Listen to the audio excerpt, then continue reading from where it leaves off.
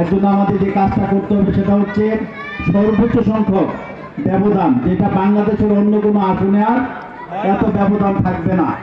এই সকল সর্বোচ্চ এবং বিপুল ভোটে আমরা আমাদের এই দেবিদ্বারের আসনটিকে দলদলীয় জোটকে উপহার দিতে চাই। আপনারা রাজি আছেন তো ইনশাআল্লাহ? আপনারা জানেন গত 17 বছর অনেক জুলুম এবং নির্যাতনের মাধ্যমে জুলাই আন্দোলনের জন্ম হয়েছিল। আজকের যে সময়টি, এটা আল্লাহ রাব্বুল আলামিনের পক্ষ থেকে একটি নিয়ামত। এই নিয়ামতের শুকরিয়া আমাদেরকে আদায় করতে হবে আগামী 12 তারিখে শাপলাকলিকে বিজয়ের মধ্য দিয়ে।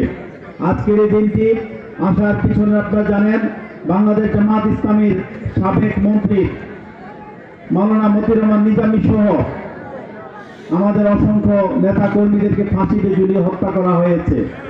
বিশ্ববরেণ্য আলেম দ্বীন আল্লামা দেলাওয়ার হোসেন সাঈদী সহ এদেশের ওলামায়ে কেরামদেরকে, বিশেষ করে আল্লামা মামুনুল হক, তারপরে কাজী ইব্রাহিম সহ আমির হামজা সহ অসংখ্য অগণিত ওলামায়ে কেরামদেরকে কারাগারে আটক করে রাখা হয়েছিল।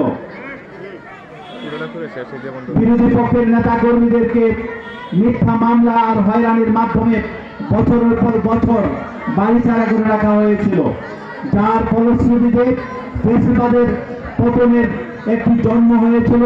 আর সেই ফেসিবাদ বিরোধী আন্দোলনের নেতৃত্ব দিয়েছিল কুমিল্লা 4 এই দেবিদ্বার আসনের 11 দলীয় জোটের মনোনীত প্রার্থী হাসনাত আব্দুল্লাহ।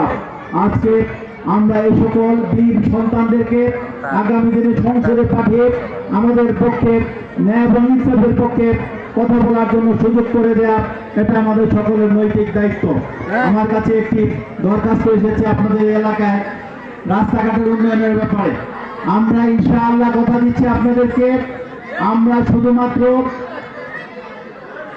এই এলাকার উন্নয়নের জন্য আমরা কাজ করব না। আগামীর যে সংসদ হবে, আগামীর যে সরকার হবে, সেই সরকার হবে জনগণের সরকার। কাদের সরকার হবে? জনগণের সরকার হবে। আপনাদের সুবিধা, আপনাদের অসুবিধা, আপনাদের চাওয়া, আপনাদের প্রত্যাশা, সকল বিষয়গুলো আমরা শুনব এবং আপনাদেরকে সাথে নিয়ে আপনাদের সমস্যাগুলো সমাধানের জন্য ইনশাআল্লাহ আমরা সবাই ঐক্যবদ্ধভাবে ভূমিকা পালন করব।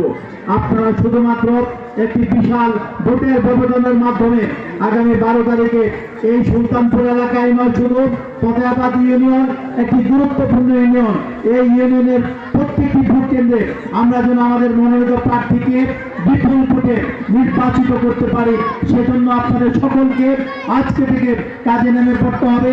যারা আজকে এখানে আসতে পারে নাই